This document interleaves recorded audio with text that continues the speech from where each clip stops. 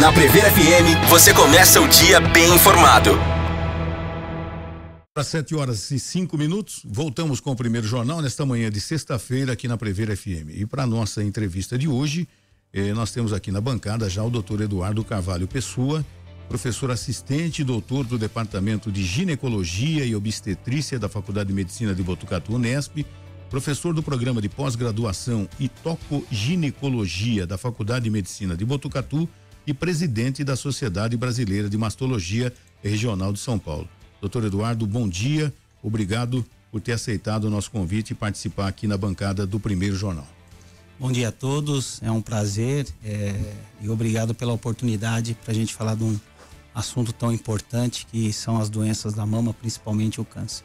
Nós estamos vivendo o mês de outubro, o mês do outubro rosa, e nós sabemos que o câncer de mama é o câncer que mais mata mulheres no Brasil, né, doutor? Isso tem aumentado? Como é que tá? Porque me parece que em 2023, mais de 20 mil mulheres no Brasil morreram de câncer de mama, né? Infelizmente, o câncer de mama ele é o mais prevalente na mulher e um dos principais motivos de morte por câncer da mulher, não só no Brasil, como todo o mundo ocidental. Entendi. Né?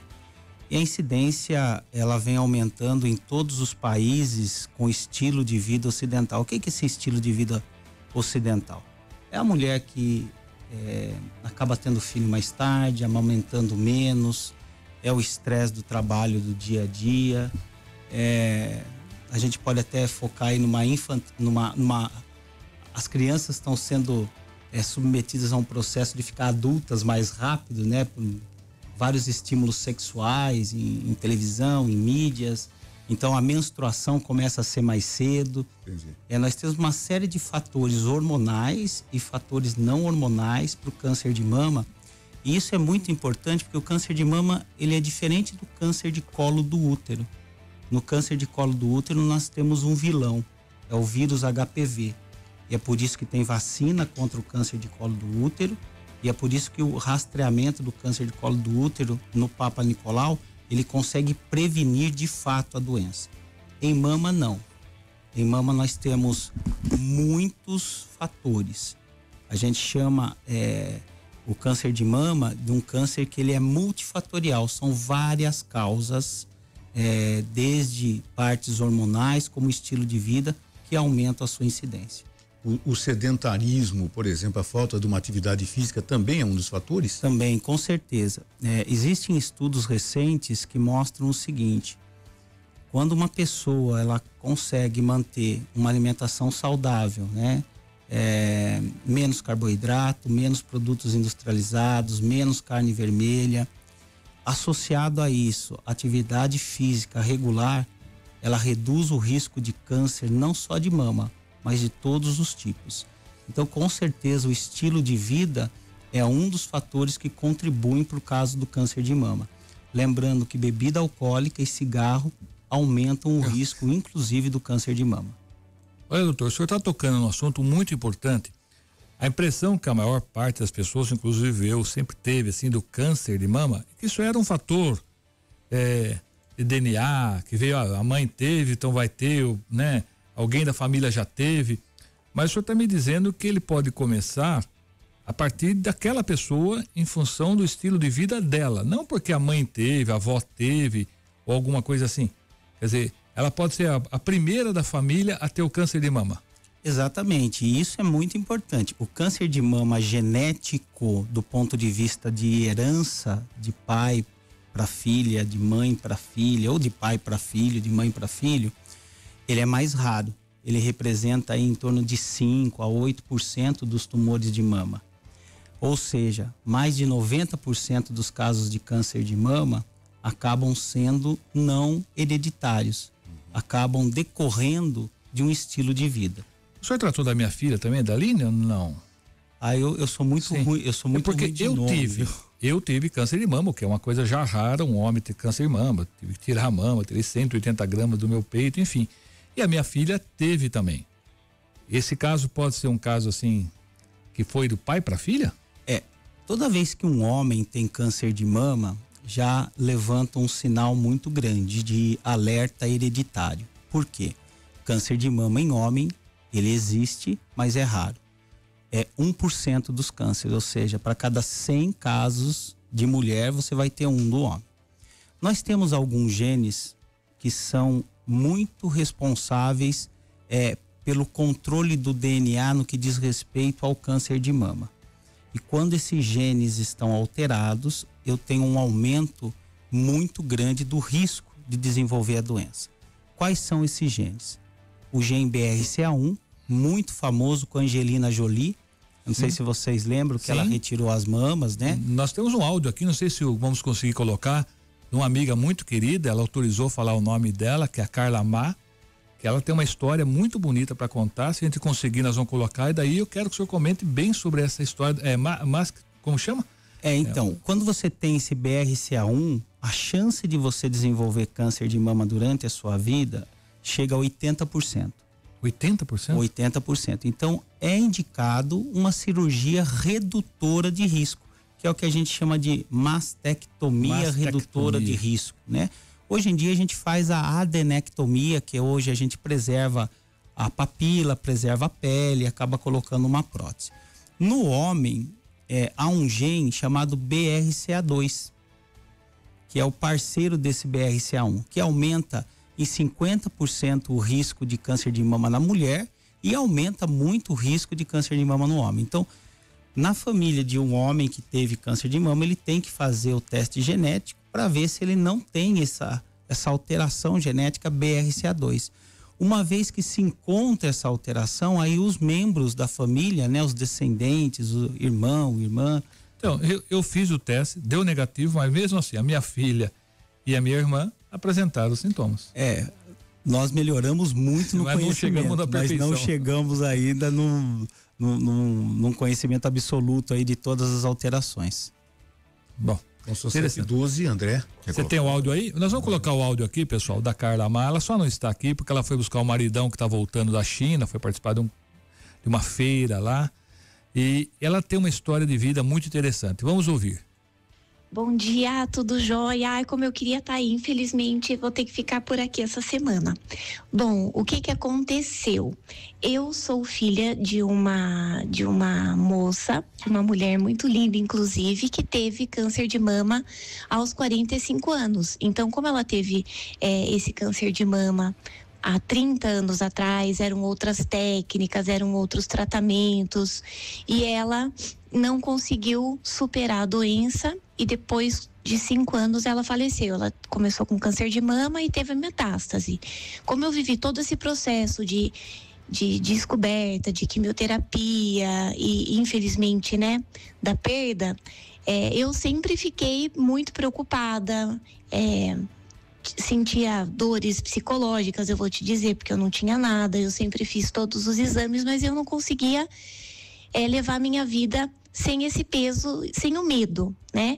E aí eu conheci, minha filha fez medicina também, e aí hoje, graças a Deus, a nossa medicina é muito preventiva, e aí eu tive a oportunidade de fazer a retirada das glândulas. Inclusive eu tinha uma glândula embaixo na axila, então eu tinha 3 glândulas mamárias, os seios e embaixo da axila, e eu fiz essa retirada e foi tudo muito bom, mas realmente eu fiz por uma questão de prevenção, de estar bem comigo mesma nesse momento.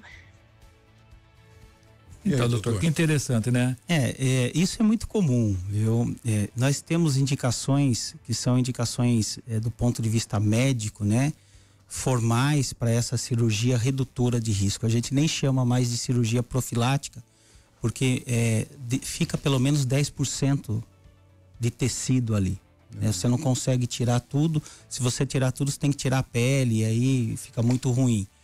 Mas os estudos mostram pra gente que as mulheres que são submetidas a essa cirurgia, elas diminuem mais de 95% o risco do câncer de mama acontecer nelas. Quem deve fazer essa cirurgia? Como eu falei, são pacientes de altíssimo risco.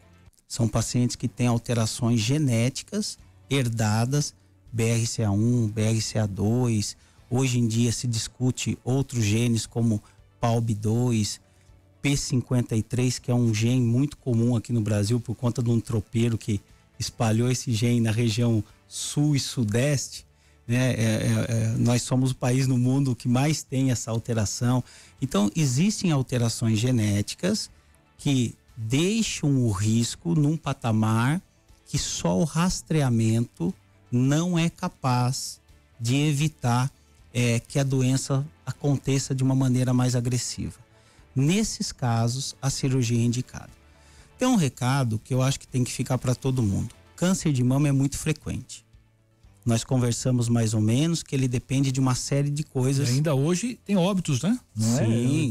Não mata sim, pessoal. É muito frequente. Tem vários casos de óbito. E não há uma causa única, né? Há desde causas hormonais, a estilo de vida, uma série de causas. Mas o que nós sabemos? Se uma mulher consegue diagnosticar o seu tumor pequeno, abaixo de 2 centímetros, abaixo de 1 centímetro principalmente, o tratamento é extremamente eficaz, o tratamento é simples, essa mulher não perde a mama e a chance de cura é maior que 95%. Eu sei que toda mulher tem medo de fazer mamografia, tem medo de fazer seu rastreamento. E quem que quer descobrir um câncer? Ninguém. Mas a gente tem que superar esse medo. Mas menos ainda quer morrer de câncer. Tem que superar esse medo, porque fazer o diagnóstico precoce evita a morte. E como a gente comentou, a grande maioria dos cânceres, eles não são vinculados à família, a esses genes. Eles são esporádicos, que a gente fala. Ele pode acontecer em qualquer pessoa. Então, o rastreamento, o diagnóstico precoce é a grande arma que a gente tem. Uma mulher que faz o seu diagnóstico precoce, ela tem um tratamento simples e tem altas chances de cura. Eu acho que esse é um recado fundamental. 3440-1009 é o nosso WhatsApp para você também formular perguntas ao doutor Eduardo, que é o nosso entrevistado de hoje, André. Vamos ao intervalo rapidinho? Vamos lá. 7h20, voltamos com o primeiro jornal aqui na Prever FM. André, você sabe que a Igral está mudando de casa? Que bacana, Márcio. Mudando de casa, uma empresa tradicional de quase 50 anos aqui na cidade de Botucatu, agora está em novo endereço, na Prudente de Moraes 279, no centro, ali pertinho do Espaço Cultural.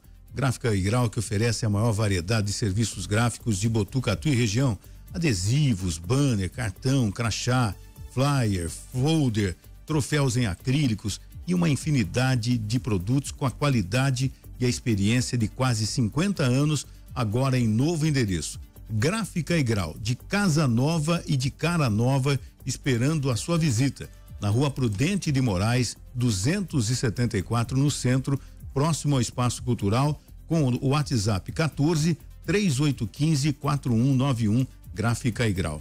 São 7h21, nós estamos aqui com a entrevista no primeiro jornal, hoje conversando com o doutor Eduardo Carvalho Pessoa, médico ginecologista, obstetra e também mastologista.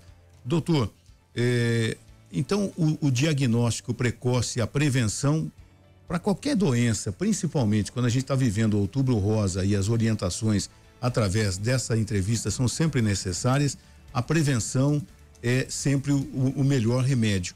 A partir de que idade a mulher deve procurar fazer o seu exame, fazer a detecção, fazer o exame precoce, doutor? Uma excelente pergunta, porque nós tivemos uma grande vitória esse mês, né? As sociedades médicas, a Sociedade Brasileira de Mastologia, a Federação Brasileira de Ginecologia e Obstetrícia e o Colégio Brasileiro de Radiologia, há mais de uma década vem brigando para que o rastreamento se inicie a partir dos 40 anos, de forma anual, até os 74 anos, ou uma expectativa de vida que permita que a mulher continue fazendo o exame. E o Ministério da Saúde preconizava a partir dos 50, a cada 2 anos, até os 69 anos. E acho que terça-feira retrasada, se eu não me engano, terça-feira passada, saiu uma portaria do Ministério da Saúde permitindo, dando o direito de que mulheres consigam fazer mamografia pelo SUS a partir dos 40 anos, desde que o médico, a enfermeira, faça o pedido do exame. E por que há essa discordância, né? Por que o Ministério da Saúde preconiza 50 anos? Esse custo. Além do custo, ele se baseia em dados de países europeus, principalmente Canadá, Inglaterra. E outra realidade. Que é outra realidade. e dados americanos. Nós fizemos um levantamento aqui na Faculdade de Medicina de Botucatu de mais de 80 mil casos de câncer de mama no estado de São Paulo. Enquanto nos Estados Unidos a taxa de câncer de mama abaixo dos 50 anos não chega a 15%, e na Europa a mesma coisa, a nossa taxa é de mais de 30%. Então, mais de 30% das mulheres com câncer de mama no estado de São Paulo e no Brasil tem menos que 50 anos. Por isso que é importante começar aos 40 o rastreamento. A mamografia é o principal exame. Lógico, essa mamografia tem que ser interpretada, lida por um profissional, e o rastreamento ele tem que ser individualizado. Para cada mulher existe aquele exame que precisa complementar ou não em relação à mamografia.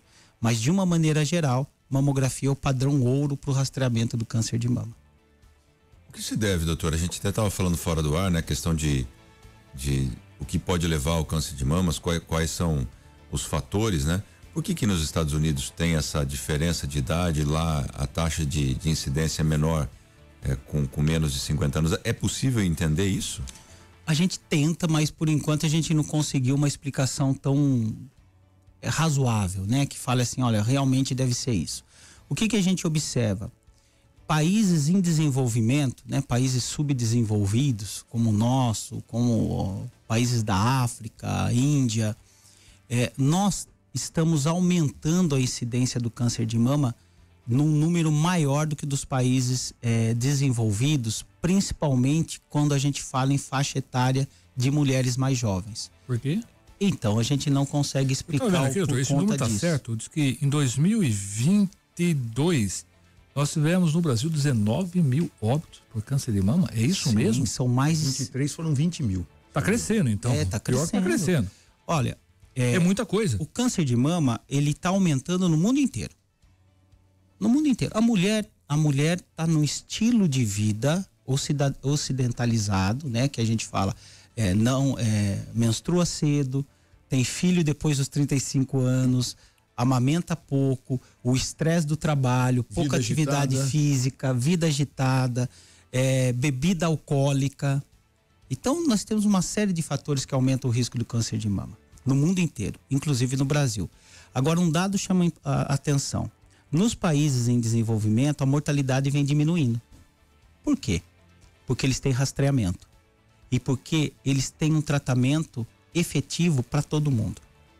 No Brasil, se você faz um diagnóstico precoce, você vai ser tratado aqui na Unesp, que é um hospital público, da mesma forma que você iria ser tratada em grandes hospitais particulares do Brasil, como Einstein, Sírio, Oswaldo Cruz, etc.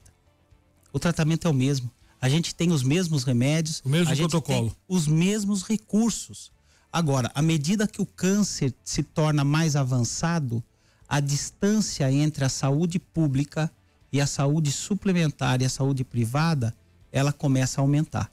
Nós não temos o mesmo acesso às drogas por câncer avançado que o sistema privado oferece. Hoje, por exemplo, nós temos anticorpos chamados ADCs, a gente tem inibidores de ciclinas, a gente tem duplos bloqueios, que isso, a nível SUS, ainda não é uma realidade para todos. E no sistema privado isso acontece. Então nós temos dois fatores. Primeiro, não temos um rastreamento organizado. O que é um rastreamento organizado? Seria toda mulher, a partir dos 40 anos, receber na sua casa, no dia do aniversário, um convite para fazer mamografia. É isso que é o rastreamento organizado. Entendi. E rastreamento, mulheres, não é para quem sente coisas na mama. Quem sente alguma coisa na mama é diagnóstico. Ela precisa ser diagnosticada do que ela tem, seja dor, seja nódulo, seja alteração na pele, seja secreção no mamilo. Isso é diagnóstico, isso não é rastreamento. Rastreamento é para aquela mulher que não sente nada. É essa que nós vamos fazer o diagnóstico precoce, um tratamento simples, e ela vai poder seguir com a sua vida normalmente. E as mulheres nessa faixa etária, o senhor percebe que elas estão tendo a consciência de fazer esse exame preventivo? Ou ainda está muito longe? Claro, do ideal sim, mas assim, tem percebido um crescimento das mulheres que se preocupam, independente do fator genético, pelas campanhas que eu acredito que deveriam ser nas grandes mídias mais agressiva, inclusive, né? Não só no Outubro Rosa, que é um mês que é marcado, que contribui bastante, mas o senhor acredita que as mulheres com essa faixa etária, o interesse pelo exame preventivo tem aumentado? Olha, você lembra que eu falei que a gente fez um levantamento de mais de 80 mil casos no estado de São Paulo? Uhum. Eu vou dar um número desses 80 mil casos e vou dar minha experiência pessoal aqui na Faculdade de Medicina de Botucatu. Mais de 1/3 das mulheres que chegam com câncer de mama, a gente faz o diagnóstico a hora que ela abre a camisola. Eu não preciso nem palpar, o tumor é visível. Nossa, chega a esse ponto. 1/3? 1/3. A olhos. São de casos tá no olho. localmente avançados. Localmente avançados. Por quê? Provavelmente 2 motivos. Um deles, dificuldade de acesso. Eu sinto algo, vou procurar, não tem vaga. Deixa pra depois, tô Deixa ocupada. pra depois, eu vou lá na mamografia, faço mamografia, fico esperando o resultado. Simples, qualquer coisa depois eu tiro. Então, assim, dificuldade de acesso. Eu acho que é um ponto importante. Agora, um outro ponto, nós temos que melhorar a nossa comunicação, a nossa educação para a população, para que elas entendam que tem que superar o medo do diagnóstico e fazer o tratamento o quanto antes, o diagnóstico o quanto antes, que as coisas ficam mais simples. Então, eu acho que tem 2 polos aí.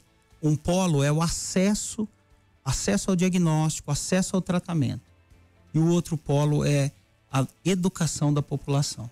São 2 frentes que a gente precisa melhorar muito. Doutor, a gente recebeu aqui até a ajuda do nosso querido Leandro Rocha, que está ouvindo a entrevista, e lembrou aqui de um estudo que foi realizado pela Faculdade de Medicina aqui de Botucatu, com participação do doutor Eduardo, inclusive, que é a suplementação da vitamina D. Isso, o senhor participou desse estudo? Como é que o senhor avalia esse estudo? É um avanço para o tratamento, para as mulheres que têm câncer de mama? Quando a gente fala em câncer de mama e drogas que ajudam no tratamento, normalmente essas drogas são milionárias, né? São drogas muito caras, tal. E na Faculdade de Medicina de Botucatu, a professora Eliana Narras, que é a professora titular do Departamento de Ginecologia e Obstetrícia, tem uma linha muito bonita em relação à vitamina D e câncer de mama, e eu tive a oportunidade de participar de um desses trabalhos. O que a gente fez? A gente pegou 80 mulheres, 40 mulheres tomaram vitamina D durante a quimioterapia e 40 mulheres tomaram placebo. Nós não sabíamos para quem a gente estava dando a vitamina e o placebo, e nem as mulheres sabiam que estavam tomando ou não. E o que a gente viu no final do tratamento da quimioterapia? Que aquelas mulheres que suplementaram vitamina D, 2.000 unidades por dia, elas tiveram o dobro de resposta ao tratamento da quimioterapia comparado àquelas que não suplementaram. Então, esse é um estudo piloto, precisamos ampliar esse estudo e nós já estamos numa fase de recrutar outros centros para fazer um estudo multi-institucional, porque se esse resultado realmente se comprovar, é uma droga barata, com pouquíssimos efeitos colaterais e que ajudou demais, né? Teve aí um desempenho de drogas, como eu falei, de drogas caríssimas. O senhor disse que o câncer de mama não é uma realidade só brasileira, é uma realidade do mundo todo. Como é que o Brasil está, se comparado com outros países mais desenvolvidos, como os Estados Unidos, ao combate ao câncer de mama? Posso até emendar uma pergunta Claro. aqui, Márcio? Porque na primeira hora do primeiro jornal, a gente trouxe uma informação aqui de que cientistas desenvolvem vacina experimental contra vários tipos de câncer. Entre eles, o câncer de mama. Acho que só para complementar o que o Márcio perguntou aí. Olha, do ponto de vista de tratamento, de recursos técnicos, de uma maneira geral, a medicina brasileira ainda mantém uma certa qualidade, tá? Eu não sei se vocês sabem, mas o Brasil, a Sociedade Brasileira de Mastologia é a sociedade de mastologia uma das mais fortes internacionalmente. No Brasil, a quantidade de reconstrução mamária, a quantidade de cirurgias mamárias que foram feitas nesses últimos anos ultrapassou inclusive os Estados Unidos. Então, assim, nós temos uma medicina de qualidade. Quando a gente fala em tratamento do câncer de mama, temos oncologistas clínicos, mastologistas, radiologistas de qualidade. O grande problema é quando a gente coloca SUS e rede privada e países desenvolvidos. O que a gente observa? Países desenvolvidos e rede privada, a diferença é muito pouca. Mas países desenvolvidos, rede privada versus o SUS, a diferença é gigantesca no que diz respeito ao rastreamento, acesso ao rastreamento, no que diz respeito ao acesso ao diagnóstico e no que diz respeito a tratamento, principalmente do câncer mais avançado. Aí há um abismo que separa a realidade SUS do sistema privado e dos países desenvolvidos. Em relação à vacina e a outras técnicas de prevenção, por exemplo, hoje tem a biópsia líquida, que é como se você fosse fazer um exame de sangue, né? E tentar descobrir o tumor através de um exame de sangue, nem precisando nem fazer mamografia. São tecnologias emergentes que a gente torce muito para que isso, num futuro, se torne realidade, mas por enquanto é apenas experimental. Doutor, temos uma pergunta de um ouvinte aqui, posso priorizando os ouvintes, vamos lá. É a nossa ouvinte Euseli, que pergunta o seguinte, doutor: gostaria de saber com relação ao rastreamento, sabemos que a mamografia é o principal exame, mas existem casos, por exemplo, de mamas densas, que é indicado a ultrassonografia, porém o acesso à ultrassonografia já não é tão fácil quanto a mamografia, principalmente aqui em Botucatu. O que fazer quando se tem essa indicação e a demora na marcação do exame? É uma pergunta excelente, porque aquilo que eu falei, né? A mamografia ela é o padrão ouro. E mamografia é muito boa para mama gordurosa. A sensibilidade e a especificidade da mamografia numa mama gordurosa é altíssima, é maior do que 90%. Agora, quando eu tenho glândula, o que é essa glândula? É a fábrica de leite, né? É a fábrica de leite. Quanto mais fábrica de leite eu tenho, mais branca fica a mama. E aí, quando eu faço a mamografia, eu olho para aquela chapa e eu vejo uma mama totalmente branca. Nessas situações, a sensibilidade da mamografia é baixa, 50%, 60% no máximo. E aí, precisa ser conversado com a mulher e explicado para ela que a sensibilidade é baixa e que ela pode lançar mão de outros métodos, onde o ultrassom é um deles. Mas não só o ultrassom, né? Existem outros exames, por exemplo, em alguns casos até mesmo a ressonância de mama. Nós temos dificuldade para fazer mamografia. Botucatu é uma ilha, né? Botucatu a gente tem aqui a Unesp, acho que a prefeitura tem um convênio com uma clínica particular. Tem um convênio, né? A partir dos 40 anos. Exatamente. Então, assim, Botucatu é uma ilha. Não é a realidade das nossas cidades ao redor, tá? Então, a dificuldade do acesso à mamografia é grande. E a gente ficaria muito contente se a pessoa conseguisse fazer a mamografia. Agora, uma vez que eu fiz a mamografia, minha mama está densa, é importante um bom exame clínico do médico, tá? E conversar com essa paciente, porque o ultrassom, ele é um exame que depende muito do operador, precisa de um operador muito experiente. Densa, vamos definir, uma cheia, o que é? Mama densa, com glândula. Glândula, não é que densa que é grande, não, é densa que... É densa que tem muito tecido, muito tecido glandular. Aí não consegue ter uma visão adequada. Imagina assim, ó, o câncer de mama, imagina que ele é um coelhinho branco. A mama densa é como se você estivesse no gelo. Aí você coloca um coelhinho branco no gelo, você vai enxergar? Não. Agora, imagina a mama gordurosa. O mesmo coelhinho branco, você coloca ele num campo escuro, né? Num tatame escuro. Aí ele destaca. Então, essa é a analogia de mama densa e mama gordurosa para o câncer de mama. Quando a mama é densa e você vai fazer ultrassom, você tem que explicar, olha, preciso de um operador com experiência e preciso de um equipamento adequado. Por quê? O ultrassom de mama, ele cria muito falso positivo. Mesmo nessas situações. Então aí já envolve uma consulta médica, já envolve explicações, não é uma coisa automática. Precisa se conversar e ver se para aquela pessoa custo-benefício vale a pena partir para uma complementação com ultrassom ou até mesmo com ressonância. A mulher que não foi mãe, a incidência numa mulher que não foi mãe do câncer de mama, independe disso em termos de... Porque ela não amamentou? É como eu falei para vocês, não é uma causa só. Tá. Agora, imagina que nós estamos montando um quebra-cabeça de riscos, tá? Aquela que não foi mãe é um risco a mais. Aquela que não amamenta é um risco a mais. Aquela que menstrua abaixo dos 15 anos, principalmente abaixo dos 12 anos, é um risco a mais. Aquela que entra aquela que entra em menopausa depois dos 50 anos é um risco a mais. Aquela que bebe todo dia uma taça de vinho é um risco a mais. Aquela que não faz atividade física é um risco a mais. Aquela que tem uma alimentação de fast food é um risco a mais. Aquela que é submetida todos os dias, qual mulher que atualmente não é submetida todo dia a uma carga de estresse absurda, que eu acho que é um dos grandes riscos a mais aí, né? Então é uma série de coisas, por isso que é tão difícil a gente falar em prevenção. Doutor, muitas mulheres colocaram silicone, virou quase que uma mania, moda, né? Isso não afeta nada.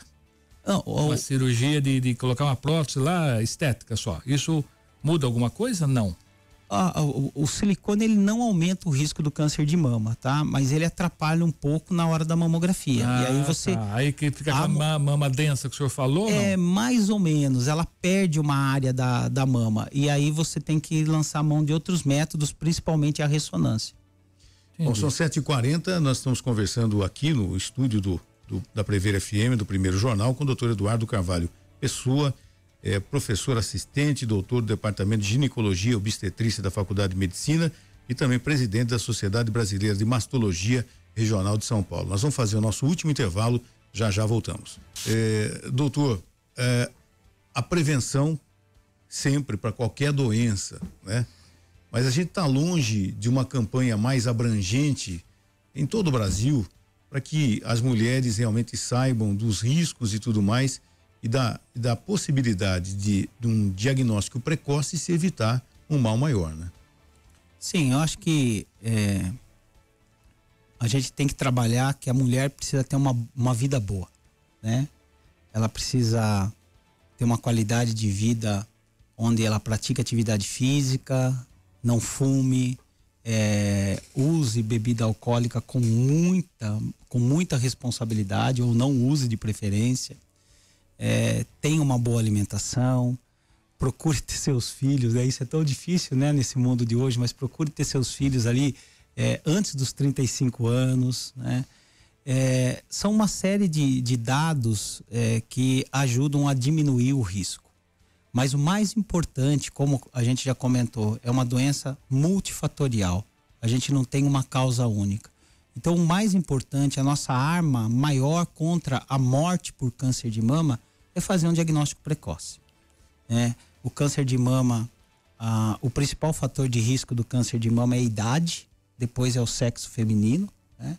Então, o câncer de mama, ele começa a ter um pico aos 40 anos, não que não aconteça antes, mas o pico começa ali aos 40 anos, se intensificando ali ao redor dos 60.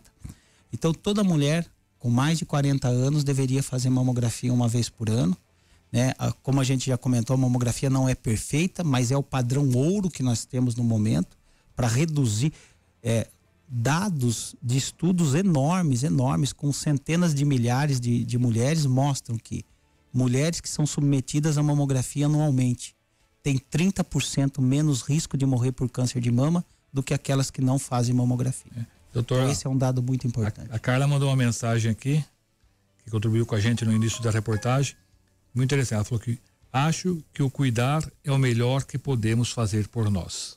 Com certeza. É a mensagem, com certeza. Acho que é a mensagem que fica aqui hoje.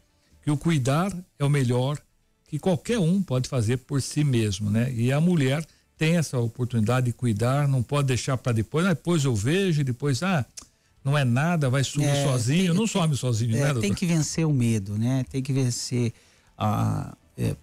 eu estava comentando fora do ar com vocês que uma coisa que me choca muito é o câncer avançado, né?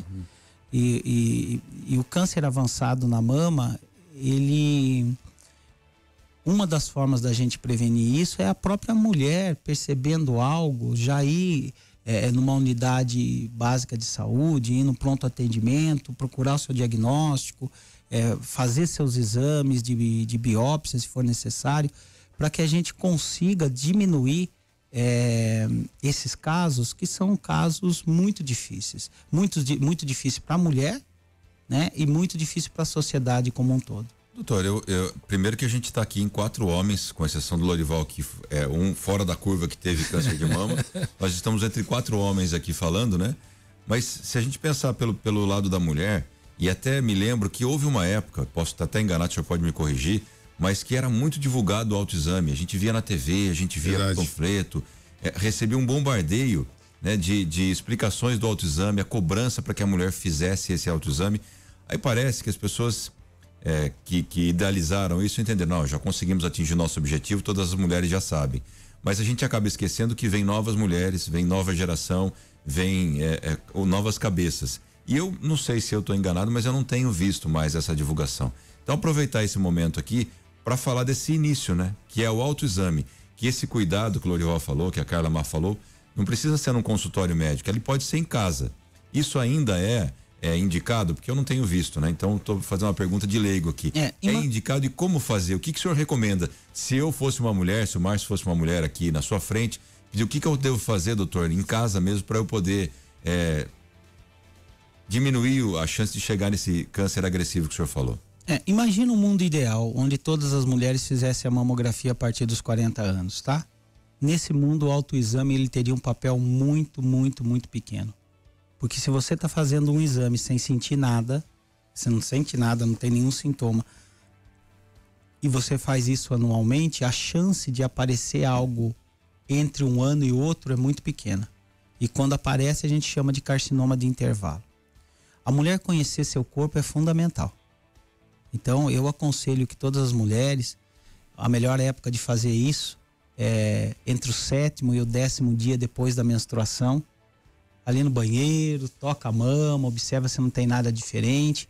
Mas, infelizmente, os dados científicos não mostraram uma diminuição de mortalidade só pelo autoexame. Tem um estudo brasileiro em andamento, capitaneado pelo professor Rufo, da Universidade Federal de Goiânia, numa cidadezinha pequena, onde ele está treinando as agentes comunitárias a fazerem os exames das mulheres. E o que ele observou? Esses dados foram apresentados no maior congresso de câncer de mama, de oncologia, aliás, que acontece nos Estados Unidos, que se chama ASCO. E ele observou que houve uma redução dos casos dos cânceres localmente avançados nessa região, com o exame da agente comunitária que foi treinada para aquilo. Então, assim, no mundo ideal, talvez o autoexame ele não tenha papel. Mas eu acredito muito que, na realidade que a gente vive, onde 30%, 40% dos casos, eles são visíveis até, o autoexame ele possa ter um papel sim. Então, a mulher, eu aconselho que a mulher entre o 7º e o 10º dia ali, pós-menstruação, ela se palpe, principalmente ali no banheiro, hora de passar um hidratante, para perceber. O principal achado clínico do câncer de mama é um nódulo duro. Esse é o principal. Isso é importante, tem uma época mais adequada para ela fazer esse... Isso, que é a primeira fase do ciclo, né? Para quem toma... Por que ele fica mais evidente? O que acontece? Por que nesse momento é mais fácil? O homem é monofásico, né? Nós somos monofásicos, nós somos monótonos, né?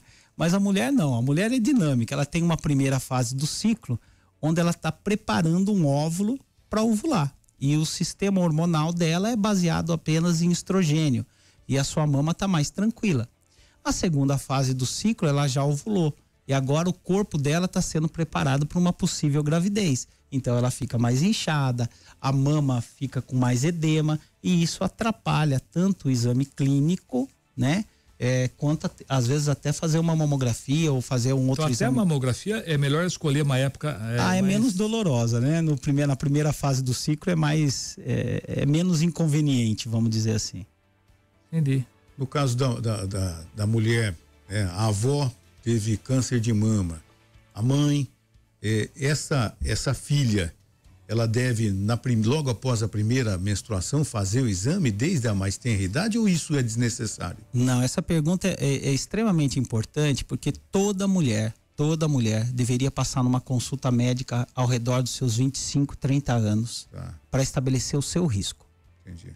Quando a gente fala em rastreamento mamográfico, que é o padrão ouro, nós estamos falando para a mulher de risco habitual. Qual que é o risco habitual?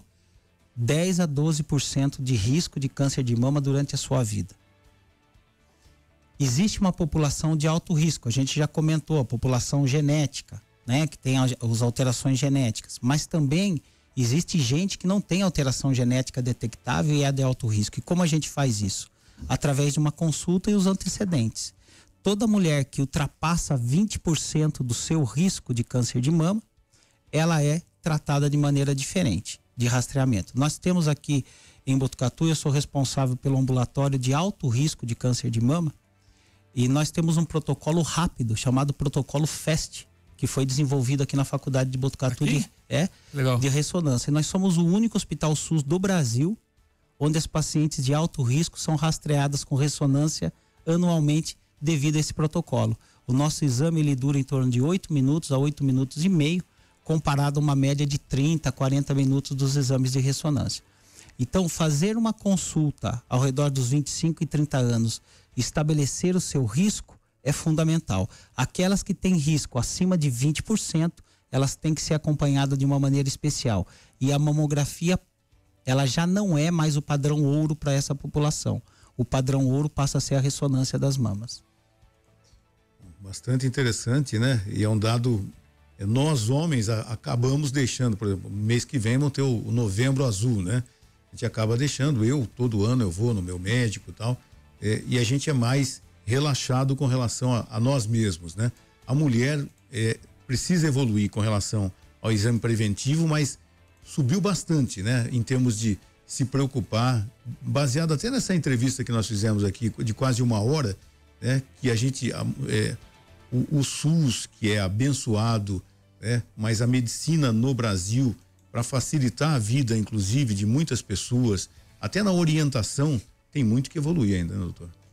Tem. A gente tem muita coisa boa, né? Principalmente quando a gente fala num hospital universitário igual o nosso aqui do lado, que foge da média dos hospitais. Somos privilegiados, né? Então, assim, a gente tem muita coisa boa. A gente, eu falo, o tratamento do câncer de mama na Faculdade de Medicina de Botucatu é feito por uma equipe ali, a parte cirúrgica, uma equipe de 5 mastologistas. Eu sou o piorzinho da equipe ali. O pessoal o pessoal é fantástico, fantástico mesmo. Nós não devemos nada a ninguém, principalmente quando a gente fala em tratamento inicial, né? A gente começa a dever a hora que a gente não tem as drogas, né? Não é nem porque a gente não saiba usar, né? Que a equipe de oncologia nossa é fantástica. Então, assim, nós temos profissionais extremamente capacitados, de altíssimo gabarito, radioterapia, cirurgia, o pessoal da oncologia clínica, são profissionais extremamente qualificados. A única coisa que falta é ter o suplemento ali, ter o tratamento, né, do ponto de vista de ter acesso à droga nos casos localmente avançados. Mas nos casos iniciais a gente não perde para ninguém. Bom, modesto ele, porque eu quando fui buscar tratamento, Márcio, eu estive em vários hospitais, os melhores do Brasil, e quando eu falava do Dr. Eduardo aqui, o pessoal fazia referência, tá? O senhor é reconhecido no Brasil todo pela tua experiência, pelo seu estudo, então, ele está sendo modesto demais. Nós temos aqui em Botucatu uma referência realmente, como se fala em câncer de mama. O senhor está de parabéns, é uma honra tê-lo aqui, espero que possa voltar em outras oportunidades para a gente continuar tratando desse assunto tão importante. Me assustou muito esse número de 20 mil óbitos por ano no Brasil. Eu fico imaginando, se agora que ainda nós temos um pouco mais de recurso, como era há 15, 20 anos atrás? Que nem dados tem, né, doutor? Mas devia ser um negócio alarmante e as pessoas nem sabiam porque estavam, até porque existia muito preconceito. A gente é do tempo ainda, né, Márcio? Quando o pessoal tinha câncer, falava que estava com doença ruim, não falava nem o nome, tinha medo de falar, que parece que se falasse atraía a coisa, né, doutor? Tá com doença ruim, doença brava, alguma coisa assim.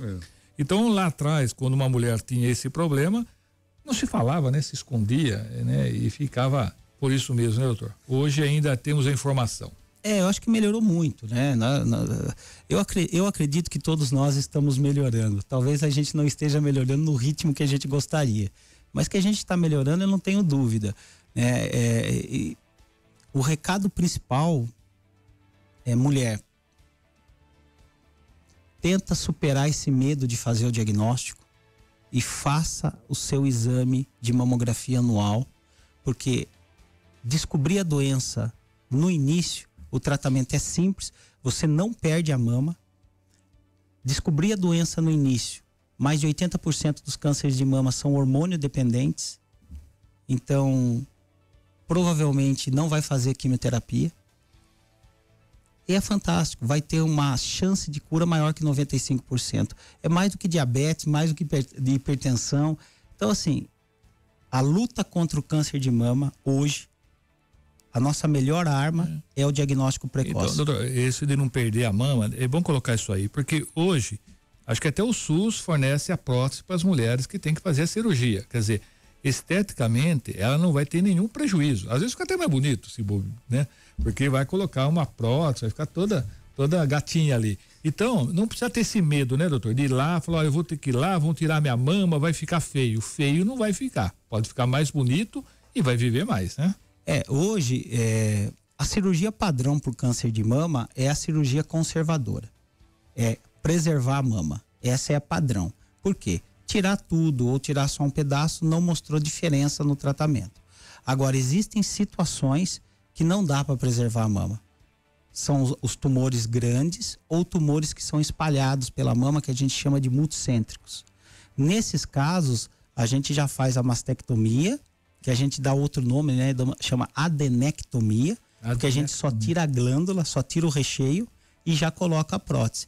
Nós fazemos isso há mais de 10 anos na Faculdade de Medicina de Botucatu, a reconstrução imediata. Então não existe prejuízo estético nenhum, não precisa ter esse medo. Não é a mesma coisa, né? Não é a mesma coisa que uma cirurgia estética, mas o ganho para paciente, né? A autoestima, o ganho é enorme, né? Então é uma cirurgia que sim, minimiza aquela mutilação do passado. Não, eu vou ficar, né?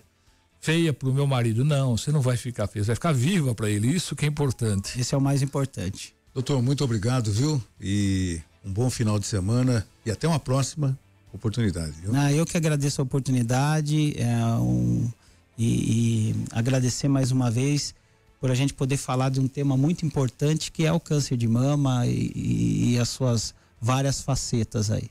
Muito obrigado. Você ouviu Primeiro Jornal Previr FM.